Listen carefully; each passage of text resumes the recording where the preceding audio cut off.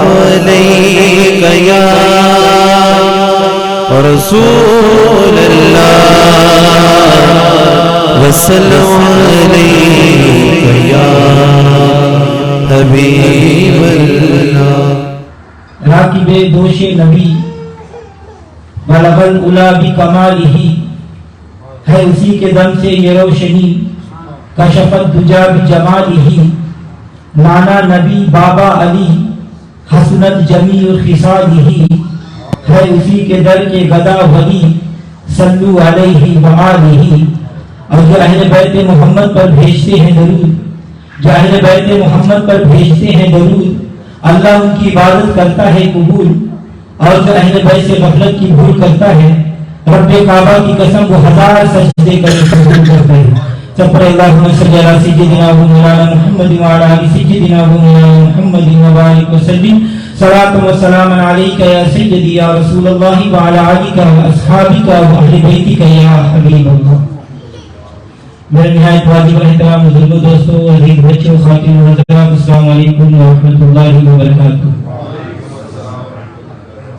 حضرات گرامی، منصب امامت بہت عظیم اور بلند ہے جو حضرت ابراہیم علیہ السلام کو عطا ہوا۔ اللہ تعالیٰ ارشاد فرماتا ہے انی جاعلک للناس اماما، اے ابراہیم ہم آپ کو لوگوں کا امام بناتے ہیں۔ قال ومن ذریتی، ابراہیم علیہ السلام نے عرض کیا کہ اے میرے اللہ میری اولاد اور میری ذریت کو بھی امامت کا منصب عطا فرما۔ قال لا ینال عہد الظالمین، فرمایا نہیں پہنچتا میرا وعدہ ظالموں تک۔ تو اللہ تبارک و تعالیٰ نے فرمایا کہ اے ابراہیم ہم نے تمہیں امام بنایا اور تمہاری اولاد کو ہم امامت کا منصب سے سرفراز کرتے ہیں، لیکن جو ظالم ہوں گے وہ امامت کے حقدار نہیں ہو سکتے۔ صاحب تفسیر قرطبی فرماتے ہیں ان الامام یکون اہل العدل والاحسان والفضل مع القوۃ علی الصیام۔ امام وہ ہوتا ہے جو عدل، احسان اور فضل والا ہو اور پوری قوت سے عدل کو قائم کرنے والا ہو۔ ظالم کبھی امام نہیں ہو سکتا۔ یہ اللہ کا فرمان ہے کہ ہم ظالموں کو امامت کا حق نہیں دے سکتے۔ تو حضرات گرامی، امام وقت وہ ہوتا ہے جو منظور قدرت ہو، امام وقت وہ ہوتا ہے جو منظور قدرت ہو۔ امام مؤید من اللہ ہوتا ہے، امام مقرر من اللہ ہوتا ہے۔ امامت وراثت ابراہیمی ہے، امامت نیابات خلیلی ہے۔ ابراہیم علیہ السلام کو اللہ نے امام بنایا اور ان کی دعا قبول کر کے ان کی اولاد میں امامت کا سلسلہ جاری رکھا۔ پھر اولاد ابراہیم میں میرے آقا سرور کائنات صلی اللہ علیہ وسلم کو اللہ تعالیٰ نے وہ امامت کبریٰ عطا فرمائی جس کا جواب نہ پچھلوں میں ہے اور نہ اگلوں میں ہے۔ توجہ چاہوں گا، اللہ نے اگر ابراہیم علیہ السلام کو لوگوں کا امام بنایا تھا تو میرے نبی کو نہ صرف ابراہیم بلکہ سب نبیوں کا امام بنایا۔ خدا کے وعدے سچے اور یقیناً سچے ہیں۔ امامت کا حق اولاد ابراہیم کو ہے اور اولاد مصطفیٰ کو ہے۔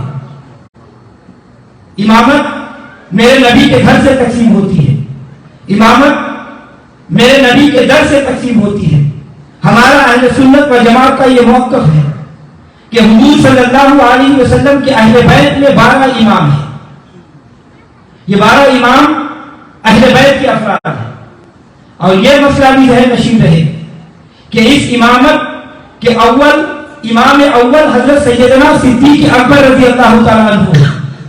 یوں سمجھے کہ اہل بیت کے پہلے امام حضرت علی رضی اللہ تعالیٰ عنہ، اہل بیت کے دوسرے امام امام حسن رضی اللہ تعالیٰ عنہ ہے، اہل بیت کے تیسرے امام امام حسین رضی اللہ تعالیٰ عنہ ہے، اہل بیت کے چوتھے امام امام زین العابدین رضی اللہ تعالیٰ عنہ ہے، اہل بیت کے 5ویں امام امام محمد باقر رضی اللہ تعالیٰ عنہ ہے، اہل بیت کے 6 امام امام جعفر صادق رضی اللہ تعالیٰ عنہ ہے، اہل بیت کے 7ویں امام امام موسیٰ کاظم رضی اللہ تعالیٰ عنہ ہے، اہل بیت کے 8ویں امام امام علی رضا رضی اللہ تعالیٰ عنہ ہے.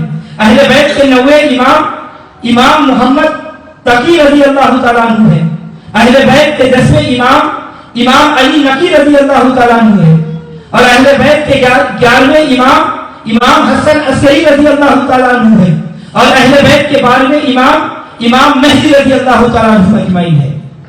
حضرات گرامی، امامت حسین کے خاندان میں ہے. حسین کا نانا بھی امام ہے، حسین کا بابا بھی امام ہے، نسلی طور پر بھی اور اصلی طور پر بھی. امامت اور خلافت حسین کا حق ہے. جو امام ہوتا ہے وہ بیت کا حق بھی وہی رکھتا ہے. یزید نہ امام تھا، یزید نہ خلیفہ تھا. اس کو نہ قرآن نے اتھارٹی دی، نہ حدیث نے اتھارٹی دی، اور نہ ہی امت نے اس کو حق دیا. وہ جعلی امام بنا اور اس کے پاس نہ امامت صغرا تھی اور نہ ہی امامت کبریٰ. اس نے من گھڑت امامت کا ڈھول رچایا اور دعویدار بن بیٹھا کہ میں بھی امام ہوں، میں امیر المومنین ہوں، میں خلیفۃ المسلمین ہوں. یزید نے ایک ایسا دعویٰ کر دیا کہ جس دعوے پر اس کے پاس نہ کوئی قرآن سے دلیل تھی نہ حدیث سے کوئی تائید تھی. پھر اس کا یہ دعویٰ قرآن و حدیث ماننے والے کس طرح تسلیم کر سکتے تھے؟ حضرات گرامی توجہ چاہوں گا، نبی صلی اللہ علیہ وسلم نے ارشاد فرمایا کہ خلافت علی منہاج نبوہ 30 سال رہے گی. کتنے برس؟ 30 برس رہے گی. اور اس کے بعد بادشاہت آئی. اہل سنت و جماعت کا موقف یہ ہے کہ حضرت سیدنا علی معاویہ رضی اللہ تعالیٰ عنہ صحابی رسول ہے، کاتب وحی ہے. اس کا احترام ہر مسلمان پر فرض ہے. جو حضرت علی معاویہ رضی اللہ تعالیٰ عنہ کو مسلمان نہیں سمجھے ان پر لعنت کریں، اور وہ خود ملعون اور کافر ہے. یزید نے جو کام کیا اس کے ذمہ داری حضرت امیر معاویہ رضی اللہ تعالیٰ عنہ پر نہیں ہے. یزید کے جرائم کا ذمہ دار حضرت امیر معاویہ رضی اللہ تعالیٰ عنہ نہیں ہے. وہ بے شک باپ تھے، لیکن انہوں نے یزید کو وصیت کی کہ جس پر شیعہ سنی کتابیں متفق ہیں، حضرت امیر معاویہ رضی اللہ تعالیٰ عنہ نے یہ فرمایا تھا کہ یزید یہ بات یاد رکھنا کہ امام حسین سے مقابلہ نہیں کرنا، نبی کی آل کا احترام کرنا اور ان کا ادب محفوظ رکھنا. حضرت امیر معاویہ رضی اللہ تعالیٰ عنہ نے یہ فرما کر بری ذمہ ہو گئے. اور ان کے بعد یزید نے جو کچھ کیا وہ اپنے باپ کی نافرمانی میں کیا. لہذا بیٹے کے اعمال بد کا جواب دہ باپ نہیں ہوتا.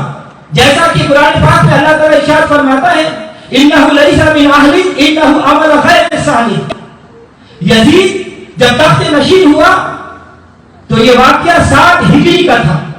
بہت سے احادیث پیشن گوئی کرتی ہے کہ رسول اللہ صلی اللہ علیہ وسلم نے فرمایا تھا کہ 60 ہجری میں میری امت پر ایک نازک اور مشکل دور آئے گا. حضور صلی اللہ علیہ وسلم کے جلیل القدر صحابی حضرت ابو ہریرہ رضی اللہ تعالیٰ عنہ اسی لیے دعا کرتے تھے اللہم انی اعوذ بک من راس ستین و امارت الصبیان، کہ اے اللہ میں پناہ مانگتا ہوں 60 ہجری کے اختتام سے اور لڑکوں کی حکومت سے. حضرات گرامی توجہ چاہوں گا، احادیث مبارکہ میں 60 ہجری میں لڑکوں کی حکومت سے پناہ مانگنے کا جو ذکر آیا ہے تو معلوم ہوتا ہے کہ 60 ہجری کا دور حکومت بڑا منحوس دور تھا. آئیے تاریخ کا مطالعہ کریں کہ کیا وہ 60 ہجری کا دور کیا تھا. یہ وہی دور ہے جس میں یزید تخت نشین ہوا. حضور صلی اللہ علیہ وسلم نے اس منحوس دور کی خبر دیتے ہوئے فرمایا تھا کہ 60 ہجری میں میری امت پر لڑکے حکومت کریں گے. آپ نے لڑکوں کی حکومت کو ناپسندیدہ قرار دیا کیونکہ لڑکے جذباتی ہوتے ہیں، لڑکے ناتجربہ کار ہوتے ہیں، اور لڑکے کما حق عدل و انصاف نہیں کر سکتے کیونکہ لڑکپن کی عمر میں بہت سی ساری غلطیاں ہو جاتی ہیں. لہذا ثابت ہوا کہ حکومت کے لیے سمجھدار اور تجربہ کار آدمی چاہیے. 60 ہجری میں مسلمانوں پر لڑکوں کی حکومت آئی. یہ لڑکے کون تھے؟ یزید، ابن زیاد اور ابن سعد وغیرہ. یہ سب نوجوان لڑکے تھے. تو حدیث کے مطابق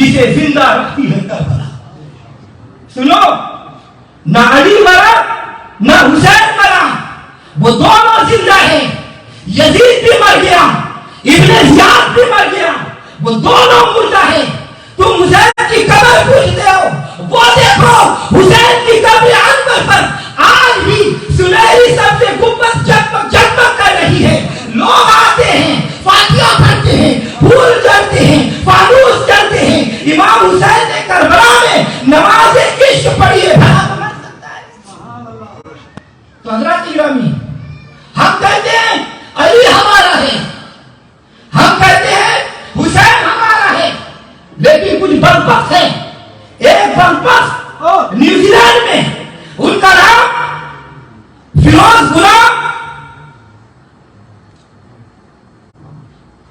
غلام زمین ہے. وہ کہتا ہے کہ ہم علی کے بچوں سے بت رکھتے ہیں، ہم علی کے بچوں سے حج کرتے ہیں. اور کچھ مولوی ان کے ساتھ ہیں، وہ بھی کہتے ہیں کہ یزید ہمارا ہے، چلو آپ فیصلہ کر لیتے ہیں. ایک دعا ہم کرتے ہیں، تم سب آمین کہنا. یا اللہ امام حسین کے حامی ہے، ہم امام حسین کے حامی ہے. یا اللہ قیامت کے دن ہمیں امام حسین کے ساتھ اٹھانا. اور یا اللہ یہ جو مولوی یزید کے حامی ہے، یا اللہ یہ فیروز غلام زمین یہ یزید کے حامی ہے، یا اللہ قیامت کے دن ان کو یزید کے ساتھ اٹھانا. جھگڑا ختم. پتا چلے گا کہ قیامت کے دن امام حسین کا ساتھ چاہے یا یزید کا ساتھ چاہے. حضرات گرامی، امام حسین تو وہ ہے کہ جس کی عظمت کے ڈنکے قرآن میں بج گئے، جس کی عظمت کے اعلان خود خدا فرما رہا ہے. قرآن پڑھو، اللہ تعالیٰ فرماتا ہے قُلْ لَا أَسْأَلُكُمْ عَلَيْهِ أَجْرًا إِلَّا الْمَوَدَّةَ فِي الْقُرْبَى.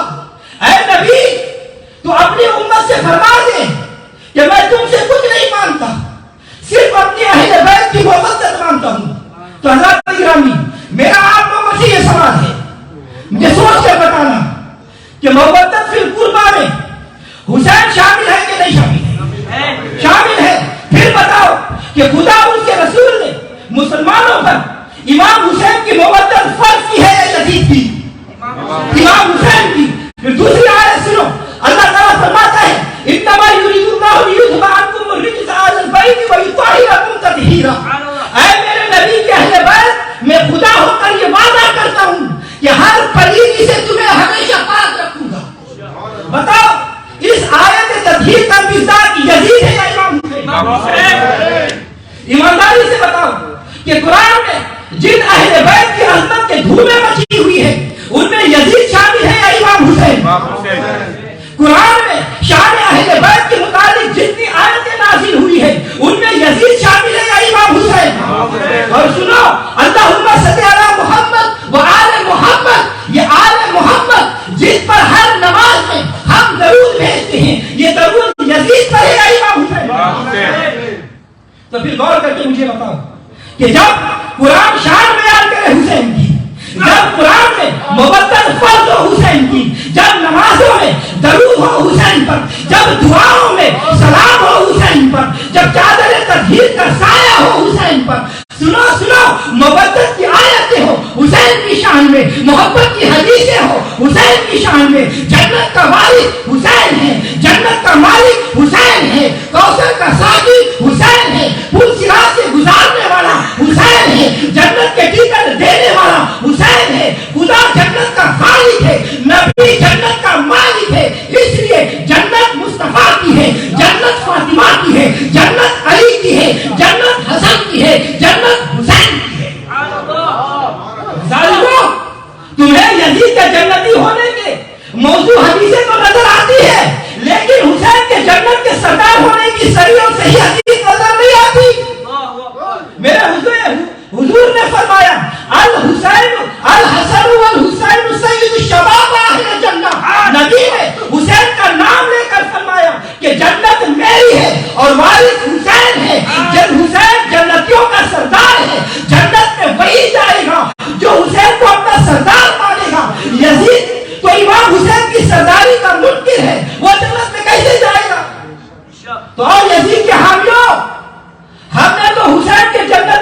پر آیتیں حدیثیں پیش کی ہے. اگر تم یزید کے حق میں کوئی ایک آیت دکھا دو, یزید کے حق میں کوئی صحیح حدیث لاؤ, یزید کے بارے میں کوئی صحیح سی حدیث دکھا دو جس میں یزید کے نام سے حضور نے جنت کی بشارت سنائی ہو, لیکن رب کعبہ کی قسم ہے, رب محمد کی قسم, تم قیامت تک نہیں لا سکتے. نہ خنجر اٹھے گا, نہ تلوار ان سے, نہ خنجر اٹھے گا, نہ تلوار ان سے. یہ بازو میرے آزمائے ہوئے ہیں. حضرات گرامی, ہمارے یہاں ایک زہر سرایت کر گیا ہے. اب آوازیں آ رہی ہے کہ یزید جنتی ہے, یزید جنتی ہے. آج 1400 سال کے بعد مجھے اپنا باپ یاد آ گیا. 1400 سال سے کسی مسلمان نے اس کو جنتی نہیں کہا. توجہ چاہوں گا, حضرت امام ربانی مجدد الفسانی شیخ احمد سرہندی رحمۃ اللہ علیہ, جنہوں نے ہندوستان, پاکستان, افغانستان اور بنگلہ دیش کے مسلمانوں پر احسان کیا, ان کا ایمان مچایا, مکتوبات شریفہ میں تحریر فرماتے ہیں کہ یزید بدبخت نے امام حسین کو قتل کر کے وہ کام کیا ہے جو کوئی فرنگی کافر بھی نہیں کر سکتا. وہ تو فرنگی کافروں سے برا ہے اور تمہیں جنتی نظر آتا ہے. کہتے ہیں کہ ایک حدیث آئی ہے جو نبی نے فرمائی ہے کہ یزید جنت میں جائے گا. جھوٹ, اور جھوٹوں پر خدا کی لعنت ہے. منبر رسول پر کھڑا ہوں, رب کعبہ کی قسم, رب محمد کی قسم, یزید کے جنتی ہونے کے بارے میں کوئی حدیث نہیں. بدبختو, یزید سے تمہاری رشتہ داری کب سے ہو گئی؟ یہ یزید کی حمایت تمہیں کون سکھا گیا؟ نبی کی آل سے بغض, اہل بیت سے بغض اور یزید سے دوستی, بتاؤ یہ ایمان ہے یا منافقت ہے؟ اور یہ جو لوگ بظاہر کہتے ہیں کہ نہیں ہم حسین پاک کو مانتے ہیں, توجہ چاہوں گا, کہتے ہیں یہ کہ جی ہم حسین پاک کو مانتے ہیں, ہم ان کا احترام کرتے ہیں, لیکن یزید جنتی تھا. آپ ان کا مطلب سمجھتے ہیں؟ یہ صرف آپ کو دھوکہ دینے کے لیے کہتے ہیں. یہ ان کی منافقت ہے. یہ زہر کی شیشی پر شہد کا لیبل لگاتے ہیں, نیا چال لائے ہیں, پرانے شکاری. توجہ چاہوں گا, ایسے لوگ اہل بیت کے پرانے دشمن ہیں. اب نیا انداز اختیار کیا ہے کہ اگر اہل بیت کو برا کہنا شروع کر دیا تو مسلمان ہمیں سمجھ جائیں گے. مسلمانوں کو دھوکہ دینے کے لیے اہل بیت کے دشمنوں کو اچھا کہنا شروع کر دیا. مطلب کیا نکلتا ہے کہ جب اہل بیت کے دشمن اچھے ہیں تو اہل بیت کس طرح اچھے رہے؟ تو ظالموں, جب تم یزید کو امیر المومنین کہتے ہو, جب تم یزید کو رضی اللہ تعالیٰ عنہ کہتے ہو, تم کس طرح اہل بیت کے محب رہیں گے؟ تم جھوٹے ہو, تم اور اہل بیت کے دشمن ہو, اور تمہارے دلوں میں اہل بیت کا بغض بھرا ہوا ہے. حضرات میرا توجہ چاہوں گا, یہ جو کہا جاتا ہے کہ جی صحیح بخاری میں آیا ہے کہ حضور صلی اللہ علیہ وسلم نے یزید کے جنتی ہونے کی بشارت دی ہے, پھر رب کعبہ کی قسم, رب محمد کی قسم اٹھا دو چیتن, یہ نبی پر بہتان لگاتے ہیں. حضور صلی اللہ علیہ وسلم نے یزید کے جنتی ہونے کی کوئی بشارت نہیں دی, کوئی حدیث نہیں, صحیح تو صحیح, ضعیف بھی نہیں. میرا یہ چیلنج ہے, میرا یہ دعویٰ ہے کہ کوئی حدیث نہیں. اگر کسی حدیث میں یزید کا نام لے کر حضور نے جنتی فرمایا ہو تو لاؤ حدیث ثابت ثبوت پیش کرو. لیکن رب کعبہ کی قسم, تم سارے غیر مقلد وہابی دیوبندی اکٹھے ہو جاؤ, قیامت تک یزید کے جنتی ہونے پر حدیث کا ایک لفظ بھی پیش نہیں کر سکتے. کوئی مائی کا نام ایسی حدیث نہیں پیش کر سکتا جس میں یزید کا نام لے کر اس کو جنتی کہا گیا. تو ظالموں, جس نبی کا کلمہ پڑھتے ہو اس پر بہتان لگاتے ہو, شرم تم کو مگر آتی نہیں. ہمارا پہلا دعویٰ یہ ہے کہ یزید کا نام لے کر رسول اللہ نے کوئی بشارت نہیں دی. یہ جھوٹ ہے. یہ لوگ ہیرا پھیری کرتے ہیں, ہمارے نبی پر بہتان لگاتے ہیں. ایسی کوئی حدیث نہیں. چیلنج کرتا